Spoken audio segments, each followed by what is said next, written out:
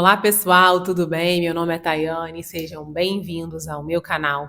E hoje a gente vai falar do caso do Diddy, também conhecido como Puff Daddy, mas o nome dele de verdade é Sean Combs. Ele foi preso em Nova York após acusações, gente, de tráfico sexual, tráfico de humanos. Essa foto que vocês estão vendo aí é ele.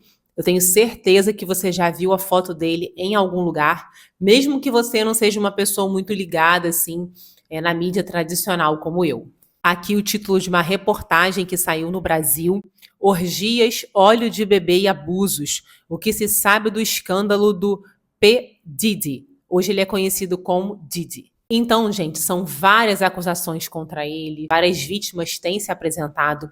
Eu vou citar para vocês aqui o caso de 3 vítimas e no final a gente vai discutir sobre essa questão da indústria da música, o que está por trás da indústria da música, não só da música, mas também das artes no geral, da moda, do entretenimento, o que faz aí essa roda girar. E aí eu vou colocar para vocês o caso de 3 vítimas aí, a gente vai conversar um pouco sobre isso, tá?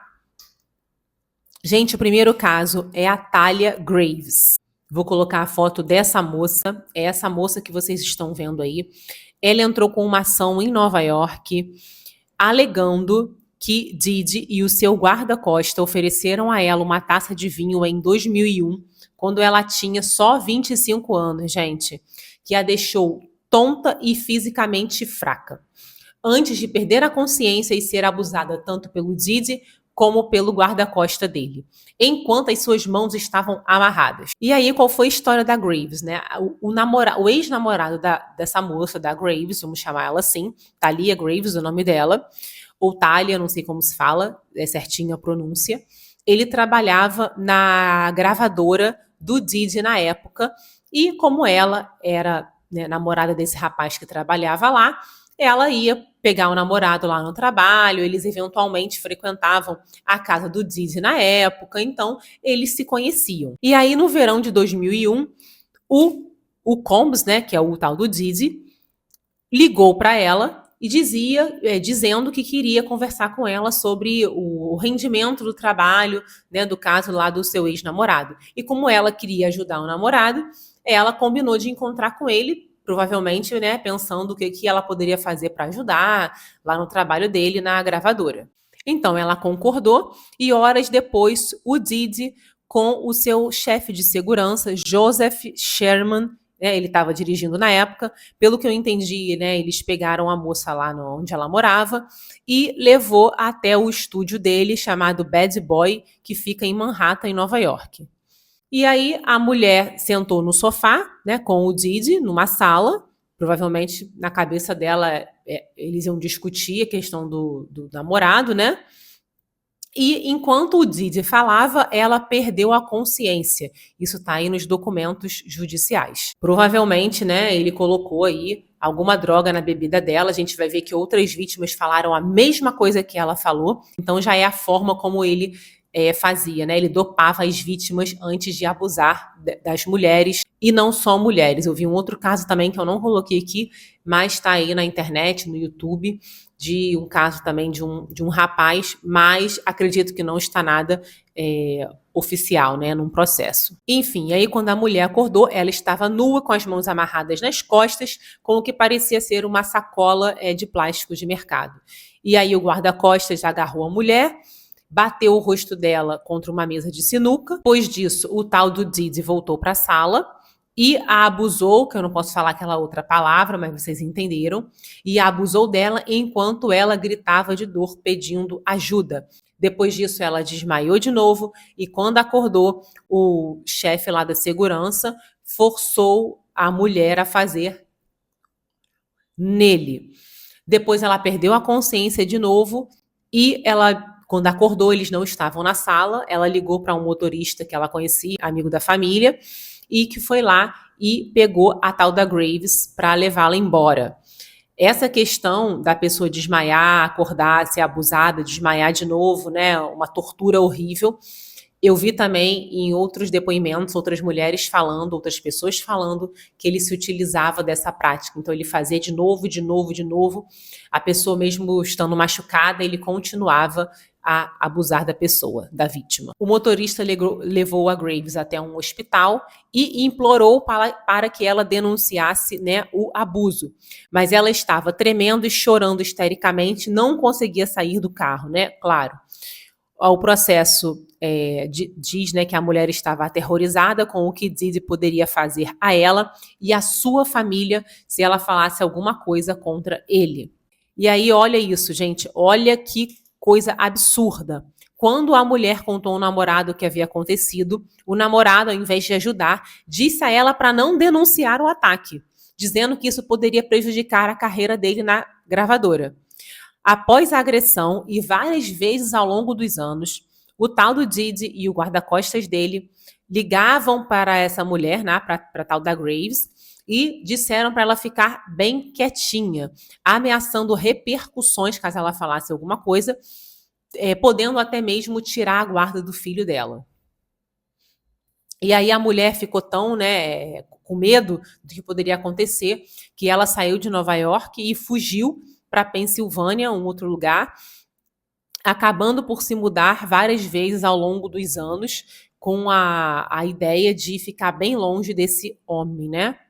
E embora a mulher tenha sofrido um trauma após o ataque, o trauma se intensificou dramaticamente em novembro de 2023, quando a ex-namorada do Didi, Cassie Ventura, entrou com uma ação contra ele, alegando um abuso extensivo durante muitos anos. A gente vai falar do caso dela também.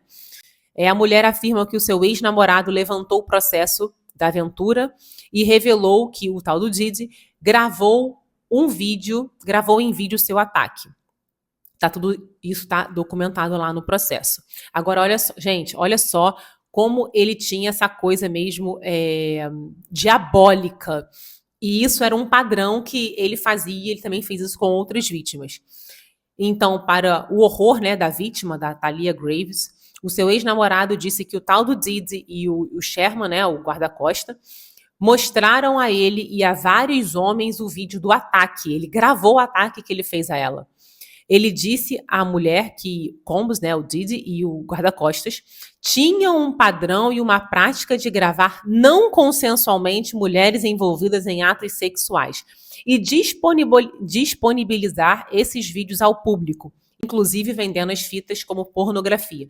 Então, além dele abusar das vítimas de uma forma diabólica, né, torturar as vítimas, ele também gravava sem o consentimento da pessoa para depois chantagear a pessoa. Olha quão diabólico é esse homem. E aí a gente vai fazer uma pausa agora nessa história das vítimas, que eu vou mostrar para vocês que durante muitos anos o Sean Combs, o Didi, ele fazia uma festa do branco, era uma festa, vamos dizer, super requisitada, exclusiva, a pessoa tinha que ser convidada, né?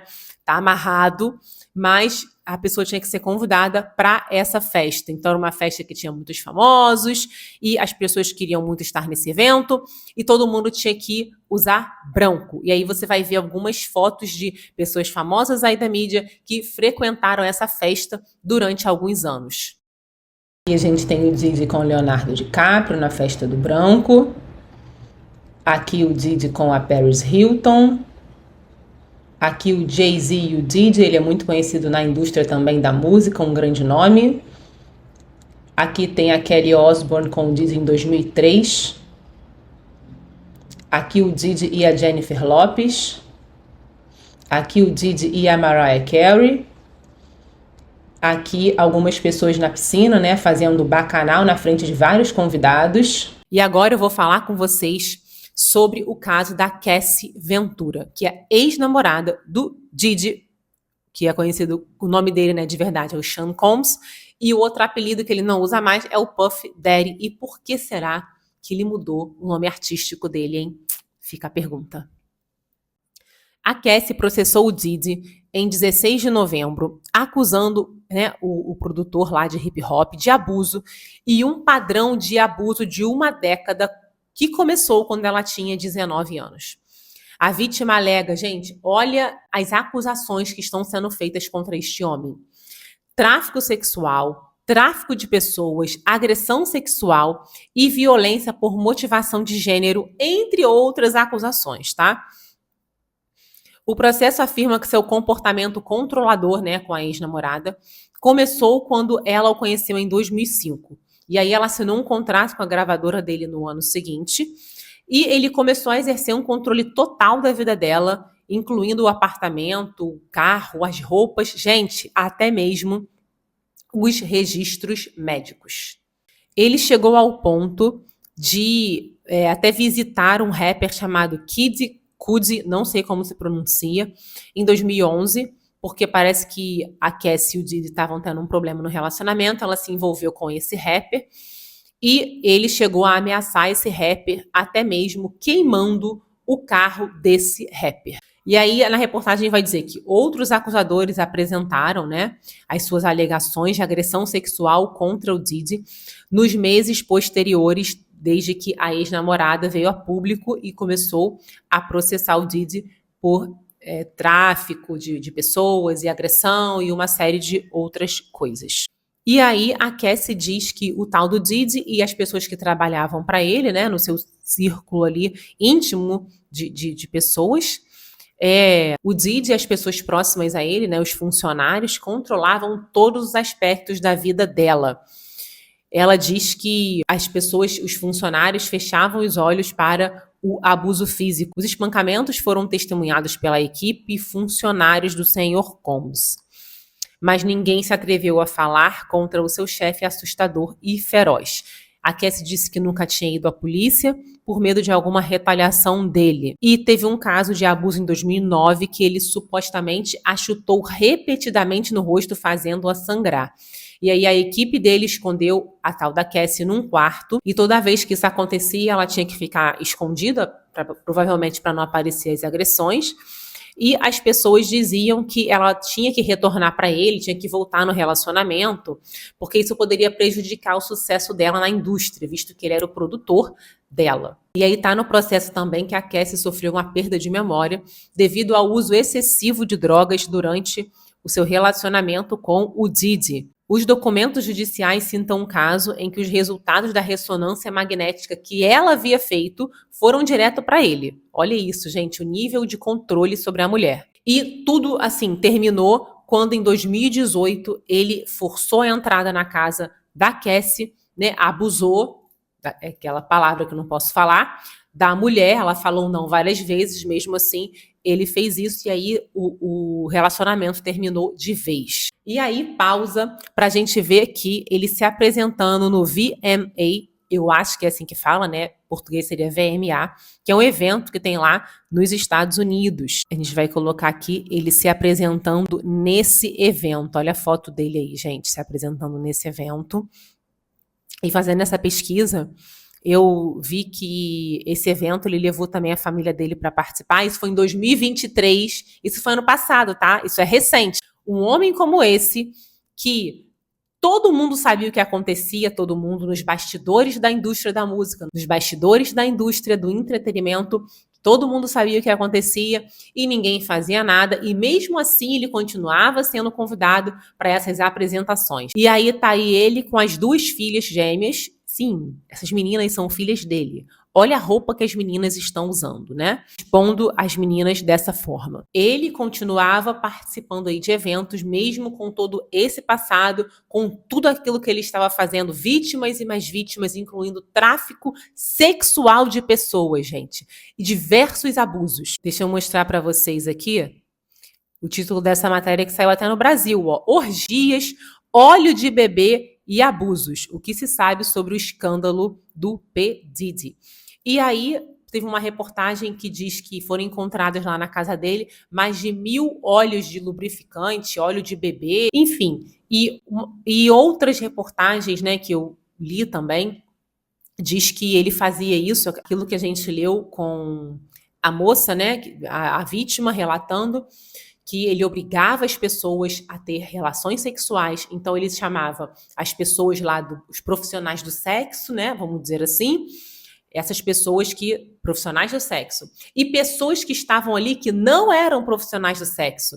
Então você imagina, uma mocinha que tá lá, alguém chamou, alguém convidou, ela querendo se tornar atriz, cantora, alguma coisa, foi até um evento desse, de repente quando a menina estava lá, estava sendo abusada, e a pessoa desmaiava e drogava as moças e os rapazes também, e drogava todo mundo, e a pessoa desmaiava, acordava, e ele falava que tinha que fazer mais, a pessoa não queria fazer mais nada, a pessoa já estava machucada, ferida, e tinha que fazer mais, enquanto ele se...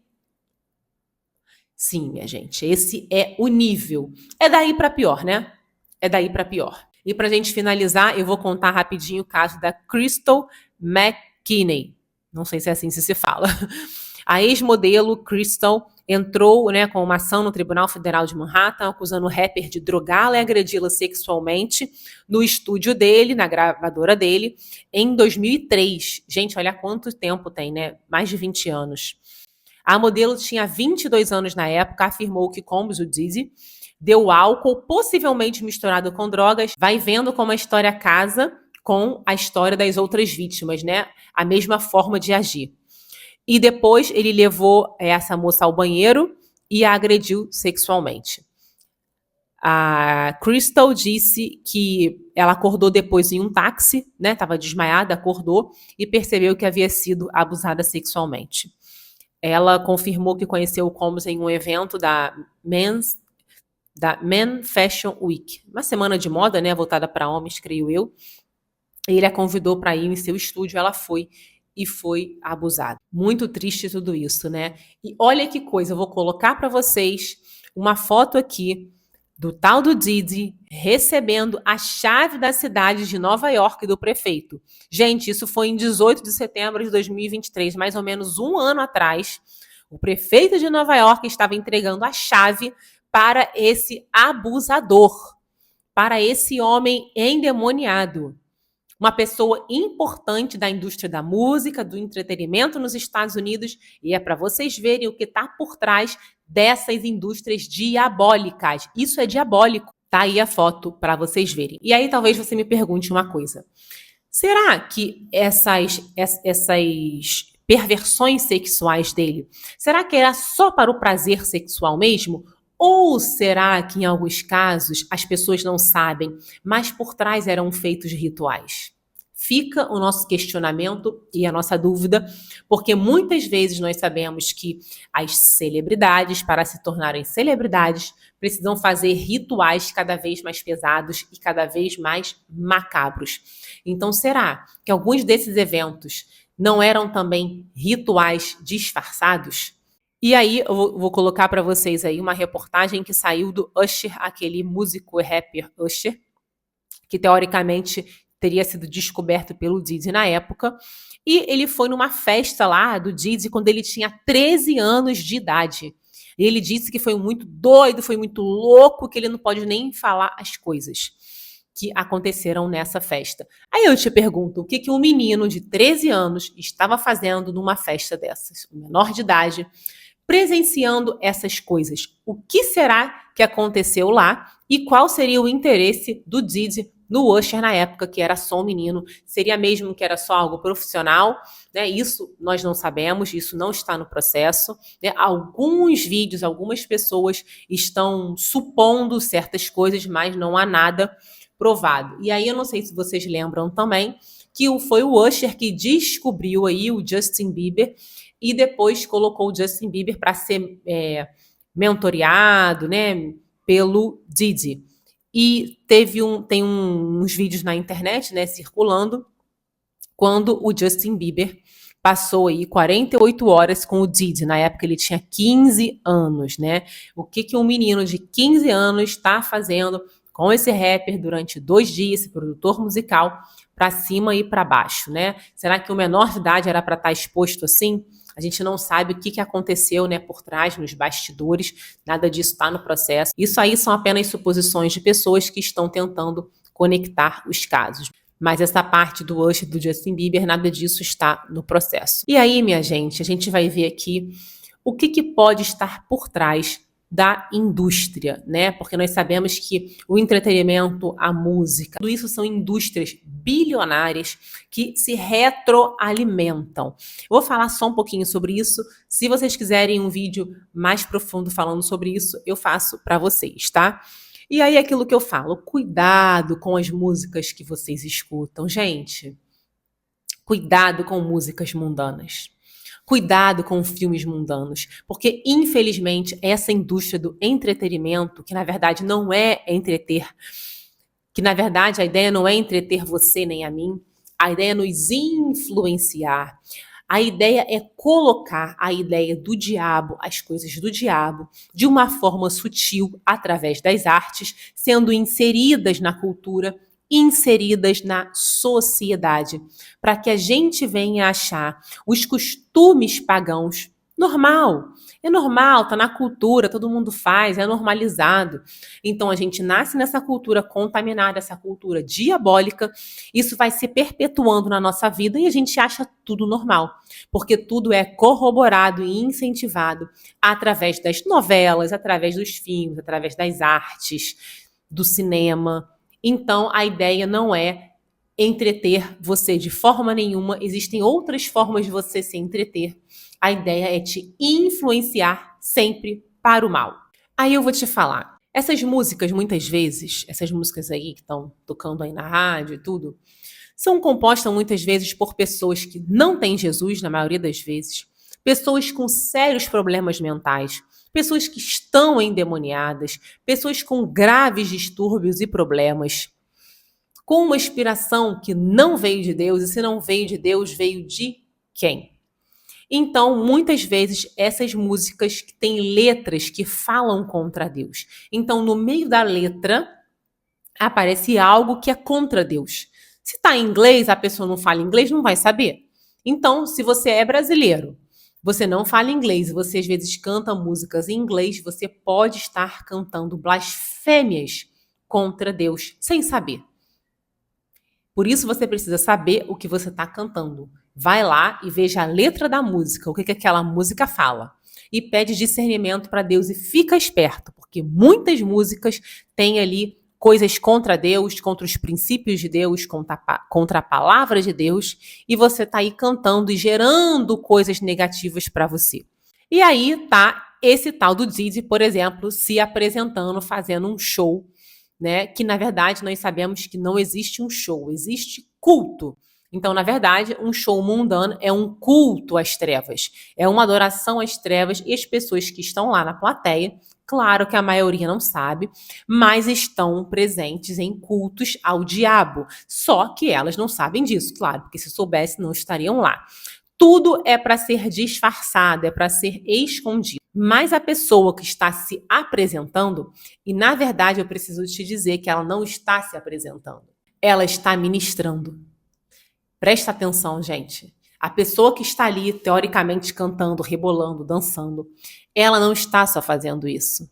Aquilo ali é o que as pessoas veem, ela está ministrando. Então, ela ministra o que está sobre a vida dela. E o que está sobre a vida dela é trevas, é bebedice, são drogas, porque a pessoa é submetida, né, nessa indústria. Ela precisa fazer tantas coisas humilhantes para se manter fazendo sucesso, para se manter na mídia, para se manter ganhando milhões, que a dignidade dela é roubada. E como ela precisa se manter naquilo ali, porque é o que ela escolheu, é o que ela quer, ela não quer voltar a ser pobre, ela não quer abrir mão de nada daquilo, ela tem que se submeter a situações humilhantes e degradantes cada vez mais. Conforme a pessoa vai subindo, ela precisa fazer cada vez mais coisas pesadas para se manter ali. Faz parte de Hollywood, faz parte da indústria. Se você não fizer, você não permanece. Então, quem permanece é porque está fazendo esse tipo de coisa. Isso é normal no meio. Então, a pessoa vai ministrar o que está sobre ela. Então, se ela é uma pessoa usuária de drogas, se ela bebe muito, se ela é uma pessoa perturbada, se ela toma remédio para dormir, se ela tem uma família totalmente descontrolada, filhos rebeldes, tudo isso vai ser ministrado sobre a vida de quem está ali na plateia.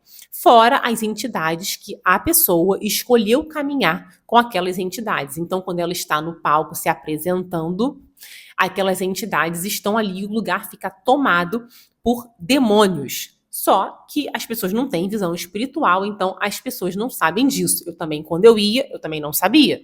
Depois, com discernimento espiritual, eu fui entendendo. É por isso que você vê que existem lugares e lugares. Por exemplo, existem bares e bares. Uns bares são mais carregados do que outros. Existem boates e boates. Algumas boates são mais carregadas do que outras. Outras são coisas mais leves. Outras são mais pesadas. Então, por exemplo, naquela boate sempre tem uma morte. Naquela boate ali, no final da festa, sempre alguém morre, porque ali também tem uma entidade de morte. Na boate tal, vira e mexe alguma mulher é abusada, porque ali tem entidades que trabalham com abuso na área da perversão sexual. No bar tal, já aconteceu 5 acidentes que das pessoas saindo de lá, batem o carro e morrem. Porque ali tem esse demônio que vai trabalhar para tirar a vida dessas pessoas que saem de carro. Então, ele fica ali. Quando a pessoa vai sair, ele leva a vida daquela pessoa. Claro, aquela pessoa que está com mais brecha aberta, entra uma série de outros fatores que não cabe a gente discutir aqui. Mas a gente precisa se atentar à questão da música, que é o que a gente estava falando, né? Então, o cantor, ou aquela pessoa que está ali cantando e dançando, ela vai ministrar, ela vai entregar para as pessoas que estão na plateia aquilo que pertence à vida dela. Claro que as pessoas que estão na plateia não sabem disso. E aí, as pessoas que estão naquele ambiente, elas estão abrindo uma brecha. Elas estão ali num ambiente consagrado a demônios. E aí, o que pode entrar? A gente não sabe, vai depender de cada pessoa. Então, o demônio, se ela tiver muita porta aberta, o demônio pode entrar na pessoa? Pode. O demônio pode entrar na pessoa. O demônio pode oprimir a pessoa, e aí o demônio não entra dentro da pessoa. A pessoa volta para casa com aquele demônio, e o demônio passa a oprimir a pessoa. E ela começa a ter depressão, por exemplo. É claro que ela não vai saber que foi por causa daquele show, porque na cabeça da pessoa ela está indo para aquele show para poder ficar tranquila, para poder relaxar. Ela não sabe que aquilo ali é um ambiente maligno. Agora, você pode ir também e, de repente, não acontecer nada demais, nada de grave. Não quer dizer que tudo vai acontecer com todo mundo. Só que, como nós somos inteligentes, nós não vamos arriscar. Porque tudo vai depender de como a pessoa leva a vida dela, qual o nível de pecado que ela está, se já existe alguma coisa lá na linhagem dela, uma série de fatores. E é aquilo, a música mundana, ela vai atrair o quê? Demônios. E a música de Deus vai atrair Deus. Então, os demônios, eles são atraídos. Como assim? Eles são atraídos por músicas, por filmes, por comportamentos, por palavras, por pecado. Uma série de fatores pode atrair esses demônios para a nossa vida ou para o ambiente que nós estamos. Da mesma forma é Deus, quando nós andamos em santidade, quando nós ouvimos louvor, quando a gente lê a palavra, quando a gente faz aquilo que é certo, justo, puro, santo, nós atraímos a presença do Espírito Santo. Nós atraímos a presença dos anjos para a nossa vida. Então, se a gente quer atrair a presença de Deus, não tem como a gente ficar ouvindo música mundana, né? E aí vai até uma dica. Se você percebe que tem demônios na sua casa, por exemplo, começou um espírito de confusão na sua casa, você não sabe por quê, começou uma discussão, uma gritaria, o que fazer para acalmar ou expulsar esse espírito, se no caso for algo espiritual? Louvor, gente. Louvor é a melhor coisa. Demônio odeia louvor. Por que os demônios não gostam de louvor? Porque eles querem ser adorados. Então, a música mundana é uma forma de adorar ao diabo, adorar a esses demônios sem falar com todas as letras. Está ali dentro da música, no meio da música tem ali algo de adoração que a massa não percebe. E a massa canta as músicas sem perceber que existe ali uma adoração por dentro daquela letra. A mesma coisa é com Deus. Deus também quer ser adorado. Quando você louva ao Senhor, você está adorando a Deus. A nossa adoração está subindo para Deus. Então, quando a pessoa faz o contrário, né, a música mundana, etc., a adoração está indo para o inimigo, mesmo que aquela pessoa não saiba. Então, se você quer espantar o mal da sua casa, do seu carro, do seu ambiente de trabalho, comece a colocar louvores que o mal vai sair e a presença de Deus, dos anjos, do Espírito Santo vai ser atraída para aquele ambiente. Bom, pessoal, espero que vocês tenham gostado desse vídeo. Se vocês quiserem, a gente faz um vídeo só sobre a indústria da música. Coloca aí nos comentários se vocês gostariam que eu fizesse esse vídeo. Dá o seu like, se inscreva no canal, compartilhe esse vídeo com alguma amiga, com algum familiar que gosta desse tipo de assunto. Fiquem todos com Deus e até a próxima.